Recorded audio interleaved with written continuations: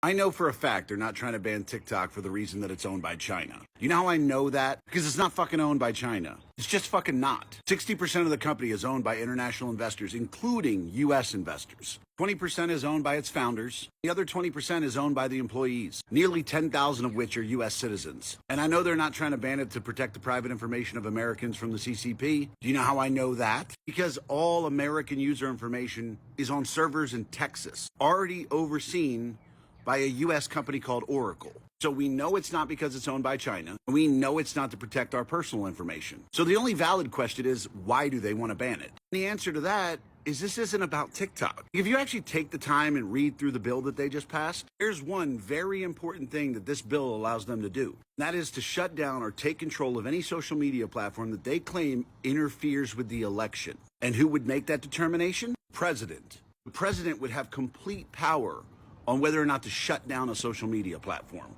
Oh, and if that platform wanted to appeal it, that is going to be ruled by the D.C. Court of Appeals. This concentrates power over all social media platforms that don't want to get in line, that don't want to give the government what they want, that don't want to do what the government says. That's all this is about. See, they tried to do this before. They tried to do it with Facebook and Instagram, but Facebook and Instagram got in line. They didn't do it with Twitter for a while because Twitter was doing what they told them to do. But then once Elon bought it, they tried it again because X wouldn't get in line. But they couldn't build up enough support for that. One, because Elon's a fucking billionaire. And two, because he's an American who's liked, and they couldn't get enough support to shut him down. So now they're trying it again using the specter of Chinese owned. Aren't you worried about your privacy? No, if I was worried about my privacy, I wouldn't use Google. I wouldn't use Alexa. I wouldn't shop on Amazon. I wouldn't use facial recognition on my phone. I wouldn't go on Facebook and Instagram because we know they're stealing our information. I wouldn't hold this phone in my hand because we all know it's listening. And people are wondering why the government was able to come together and agree on this. Why wouldn't they? Why would the government not come together and agree